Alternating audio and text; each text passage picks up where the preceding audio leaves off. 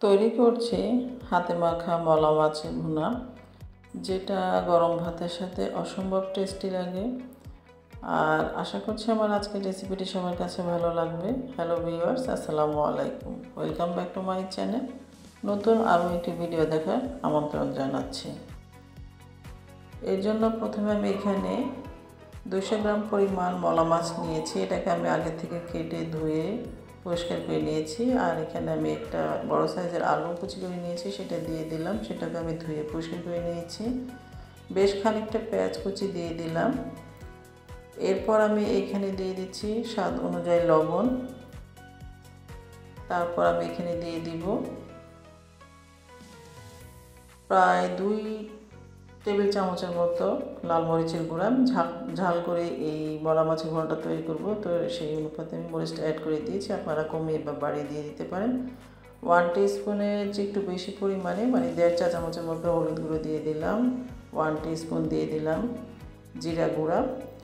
আর এখন আমি এখানে দিয়ে দিব 2 টেবিল চামচের মতো সয়াবিন তেল। চাইলে আপনারা এই রান্নাটা সরষের তেলও করে নিতে পারেন।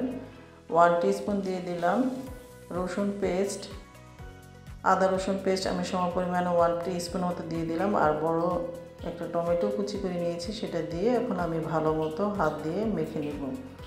আর এটাকে কিন্তু হাত দিয়ে ভালো মতো মেখে নিয়ে নিতে হবে, এতে করে কিন্তু মশলাটা ভালো মতো এই মাছের সাথে মিশে যাবে।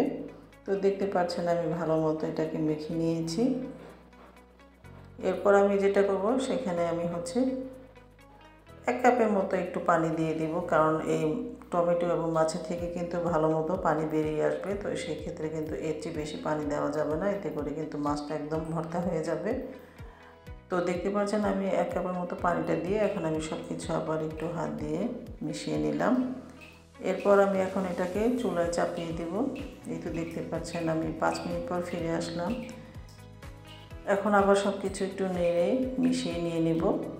আর এটা একটু আলতো হাতে মিশিয়ে নিতে হবে, কিন্তু এটা মানে জোরে জোরে প্রেশার দিয়ে এই মাছগুলোকে নেড়ে নেওয়া যাবে না, এতে করে কিন্তু মাছগুলো ভেঙে যেতে পারে। আমি বেশ খানিকটা মানে 3-4টার মতো কাঁচামরিচ ফালি করে নিয়েছি, সেটা দিয়ে দিলাম। এরপর আমি এখানে বেশ খানিকটা ধনিয়া পাতা কুচি দিয়ে এখন আবার একটু নেড়ে মিশিয়ে নিয়ে এখন ঢাকনা দিয়ে এটাকে আরও 5 মিনিটের মতো রান্না করে নেব।